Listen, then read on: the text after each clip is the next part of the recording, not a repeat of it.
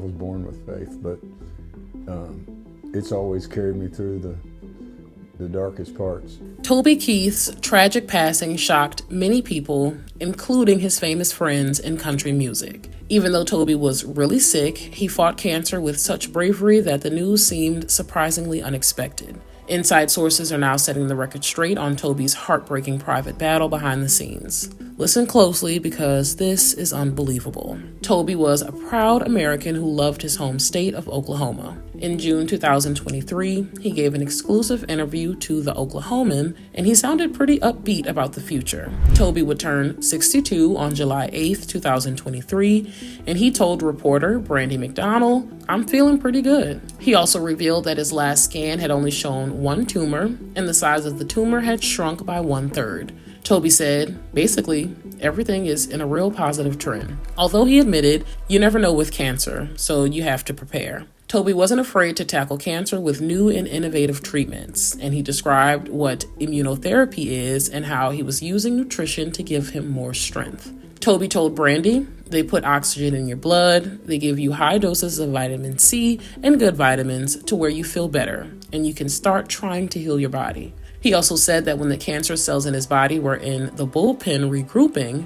Toby and his doctors were always trying to attack the cancer cells with different techniques. The way that Toby talked about his illness and how he was fighting it was truly inspirational. But behind the scenes, it was way harder on Toby than he would ever let on. On February 8th, 2024, just 3 days after Toby's family announced his passing, former NFL superstar Brett Favre spoke with TMZ Sports. Toby and Brett had been friends since the mid-90s. And after Toby got diagnosed with stomach cancer, Brett said he would call and check in on Toby every few months. When Toby played his final concerts in Las Vegas last December, Brett said he'd watched footage of the shows on Instagram. And in Brett's opinion, Toby didn't look too good. Still, Brett thought what many of us did, that maybe Toby was turning a corner. Brett revealed he had spoken with Toby only a couple of weeks before his passing. What Brett revealed was shocking, because Toby confessed things to Brett that he didn't reveal to the general public. Toby also confided in Brett that he was just tired, although he took every chance to keep on living for as long as he could.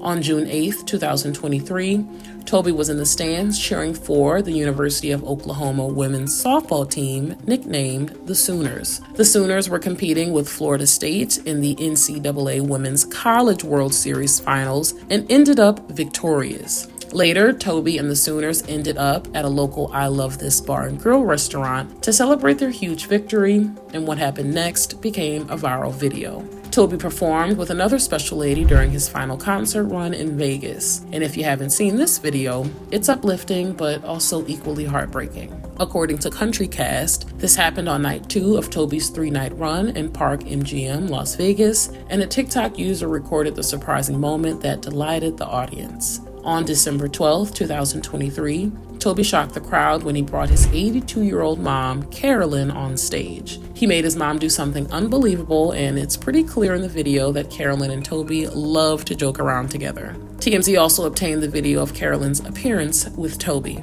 And the Daily Mail reported that Toby gave some inside knowledge about his mom and his music career to the audience. He told the crowd, "I want to introduce you to somebody. This is my mom. She's the one who taught me how to sing. I can't imagine how Carolyn feels losing a son." Tragically, this isn't the only devastating loss she's faced in her family. On March 24, 2001, Toby's dad, Hubert Keith Koval, tragically lost his life when his car was hit by a charter bus. After the crash was investigated, it was determined that the bus was responsible, and Carolyn received a settlement of $2.8 million in December 2007. Hubert had also been in the military, and in many of his songs, Toby used his father's experience to honor the military, like the popular yet controversial hit, Courtesy of the Red, White, and Blue. Toby also once told The Boot how his mom influenced him to become a country singer. Shockingly, he said that it was pretty much the end of Carolyn's country music career when she gave birth to Toby at the young age of 20. Toby told The Boot that Carolyn had been looked at by some record execs and that the younger pictures of his mom reminded him of Patsy Cline. He also talked about his earliest memories of his mom,